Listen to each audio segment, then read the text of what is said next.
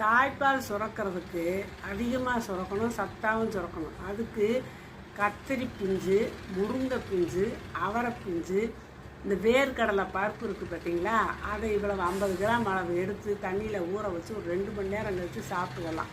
இப்படிலாம் சாப்பிட்டா குழந்தைகளுக்கு சத்தான தாய்ப்பாலும் கிடைக்கும், நல்லா அதிகமாகவும் ஊறும். அப்படி இருக்கிற நேரத்தில் குழந்தைகளுக்கு சரியாமையினால் கக்க ஆரம்பிக்குங்க, வாந்தி எடுக்க ஆரம்பிக்குங்க. அப்படி இல்லாமல் இருக்கிறதுக்கு தான் பூண்டு டெய்லி ஒரு இவ்வளோ பூண்டாவது உரிச்ச பல்லு பூண்டு ஒரு 25 வரும்.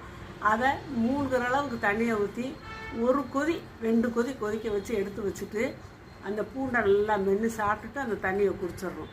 ஒரு நாளைக்கு ஒரு தடவை இந்த இதை சாப்பிடணும். அப்புறம் பிரசவ லேகியம் வாங்கி உங்களுக்கு முடிஞ்சால் வீட்டில் செய்யுங்க, இல்லாட்டி கடையில் வாங்கி சித்தமருந்து கடையில் வாங்கி காலையில் சாப்பிட்டோன்னே ஒரு உருண்டை, ராத்திரி படுக்க போகும்போது உருண்டை சாப்பிடுங்க. குழந்தைகளுக்கு இந்த சரியாமல் பிரச்சனை வர